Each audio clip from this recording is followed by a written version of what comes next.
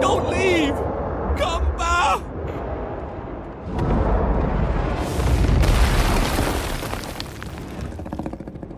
Welcome to Beast of Winter DLC review, you frosty bastards.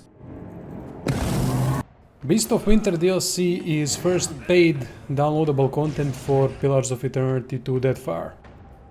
Pillars is already an amazing game, so I expected much from this DLC. Beast of Winter adds new locations, items and a companion, while introducing us to the god Rimergand and Hell, his own dimension. Note that the level cap was not raised with this DLC and that this review contains some DLC story spoilers. DLC can be accessed by traveling to Southern Sea and landing on a huge iceberg. Here you will meet a new companion Vatnir, who is the leader of Harbingers.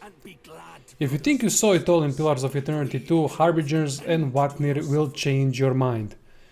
Vatnir is one of the most interesting and probably the overall best companion, while the Harbingers are hands down the craziest bunch you will see in the game to date. So close. Such grace! Such majesty!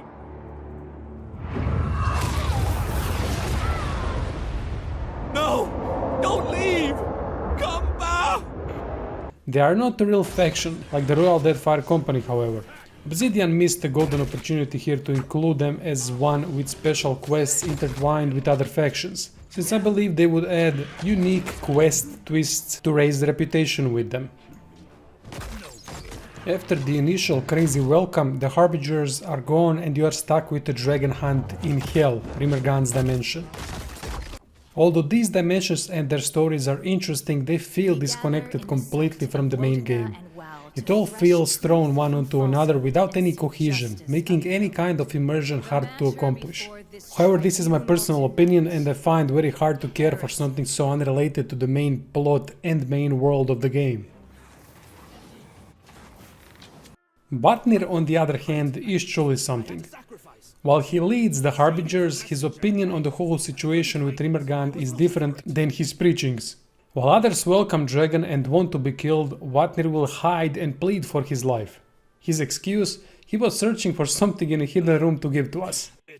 As I read this, I started laughing immediately and couldn't help but feel sorry for the poor guy. It is hard to describe him, but he is completely stripped of confidence, a bit spineless, deceitful and smart at the same time.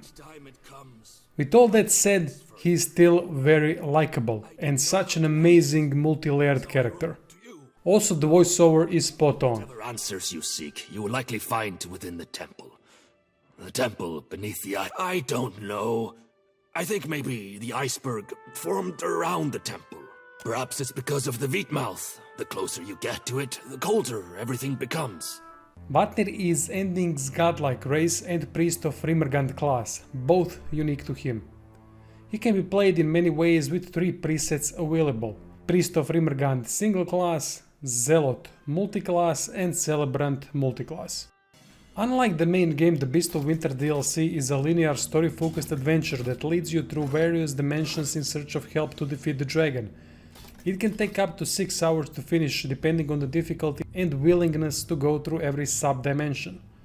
If you want, you can jump immediately into the hole and face the dragon, but that fight is tough and long, so acquiring help beforehand would be a wise choice, especially if you're playing this DLC for the first time.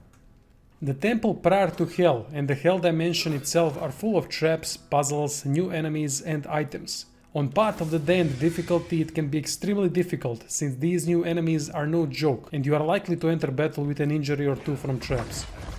Your hands are going to be full with new enemies, from Aurochs, who look almost exactly like Rimergand himself, Soul Collectors, Frost Shades that spawn ice blights upon death, to blazing enemies that explode upon death. All of them have different resistances, so a wise tactical approach is a must. All these new enemies and items add new challenges to an already amazing combat the game possesses. Puzzles are very well thought out and fit these sub-dimensions perfectly. In the Godhammer world you can change time, while in the Drowned Kingdom you will play with waterfalls to discover new paths. Cool gimmicks that can confuse at times while also remaining plausible is the overall theme here. These new stories, wrought with history, told via these dimensions, are simply fascinating. The approaches you can take to solving each dimension's problems can lead to them helping you with the dragon fight, if you don't mess it up. Their help is very much welcomed too, since on Path of the Damned it took me 3 tries, with every attempt lasting right around 30 minutes, so be sure to prepare lots of healing potions because you're going to run out of healing spells. It truly feels like a proper final boss fight, even though the dragon herself may not be the last boss in DLC, since it comes down to choices made afterwards. The Beast of Winter DLC offers a lot of new challenges, while at the same time introducing the most interesting group, the Harbingers, and best companion so far, Vatnir. It is a story-driven DLC with lots of missed opportunities, which made it feel very rushed. For example, Vatnir has no proper companion quest, and the Harbingers were not interwoven into the other factions of the game. The stories are interesting and will put you into some truly creative situations where your choices make all the difference on how it all plays out. The problem is that these stories are not connected to one another and therefore are easily forgotten. In my opinion, it is always an issue for games when short stories are introduced that are completely disconnected with the game world. No matter how interesting they are, caring for and remembering them does not come as naturally. The DLC introduces new enemies, items and soulbound gear, and yet the same old bugs remain with the addition of some new ones. For example, the memory leak issue is still present, so expect massive framerate drops after prolonged play sessions. Stealth is still broken occasionally for no apparent reason. AI, although improved a lot since launch, still does not listen far too often. Some more older issues are present, but the most annoying new one are floating numbers from previous battles that stay on the screen. Beast of Winter is a nice addition to already amazing Pillars of Eternity 2 Deadfire. It will keep you hooked even through some annoyances for those 5 to 6 hours to explore everything and learn about stories told. However, ultimately it feels rushed and a missed opportunity to do something much bigger and impactful with Harbingers and Vatnir, who are the biggest positives of the DLC. After finishing Beast of Winter and resuming your Deadfire adventure, only Vatnir and his occasional monologue will remind you of the DLC, while everything else will feel like a distant memory.